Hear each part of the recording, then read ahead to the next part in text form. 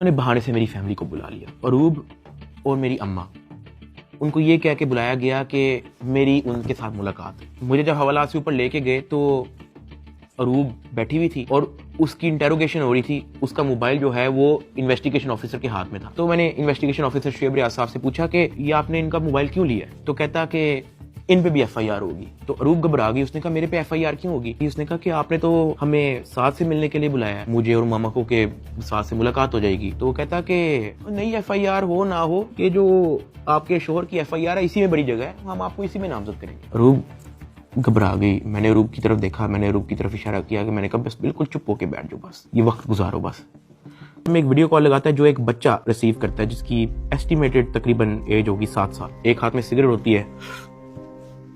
वो उस बच्चे से पूछता है कि डकी बाई को जानते हो? वो बच्चा कहता है जी। वो बैक कैमरा ऑन करता है, मेरे हाथ खड़े होते हैं, टांगे बेंड होती हैं। वो कैमरे से दिखाता है उस बच्चे को कि कौन है ये? कहता डकी भाई। तो कहता कि तुम इसके प्रोग्राम देखते हो? कहता जी। वो पीछे जो प्राइवेट मुलाजिम खड़ा होता है वो बहुत जोर का पीछे थप्पड़ मारता है। सरफराज चौधरी साहब उस 7 साल के बच्चे को कहते हैं ये देखो इसके साथ क्या हो रहा है, आप देखोगे तुम इसका प्रोग्राम? कहता नहीं। चलो फटाफट इसको गालियां दो। बच्चा कहता है कि खैर मैं तब बड़ा हेल्पलेस होता हूँ, मैं समझ नहीं आती कि मैं क्या करूं और किस तरह इससे निकलूं, मैंने क्या किया ऐसा। खैर वो सरफराज चौधरी कहता है कि इसको ले जाओ, इसकी तरीके से तफ्तीश करो। मुझे इतनी जोर का वो थप्पड़ लगाता है, मेरे ख्याल से मेरे पूरे 3 महीने के अंदर सबसे ज्यादा जोर का थप्पड़ वो वाला थप्पड़ था जिसकी मैं अभी बात कर रहा हूँ। क्योंकि वो मुझे बता के नहीं लगाया जाता, वो मेरे पीछे से लगाया जाता है, मेरे सर पे इतना बड़ा उस बंदे का हाथ होता है। मुझे इतनी जोर का थप्पड़ लगाते हैं, मेरे यहाँ से मेरे ज़हन का मवाद, अंतरियां सारी मेरी आंखों से बाहर निकलने को करी। मैं इवन एक पॉइंट पे मेरा विजन ब्लरी हो गया, मेरा विजन काला हो गया, मैं बेहोश होने वाला। इतनी जोर का वो थप्पड़ था। उसने कहा कि हर चीज बतानी जरूरी होती है। मैंने कहा कि सर मेरे 9 करोड़ रुपया आप ट्रांसफर कर लो, मुझे उसकी कोई रीजनिंग ना दो, मुझे उसकी कोई रिसीविंग ना दो, मैं अपना मुंह कैसे बंद रखूं? इतनी सी बात पे मुझे फिर से एक और थप्पड़ लगाया। मुझे आईओ के पास ले गया। आईओ कहता कि यार तुझे अपना मसला हल करने का शौक नहीं है?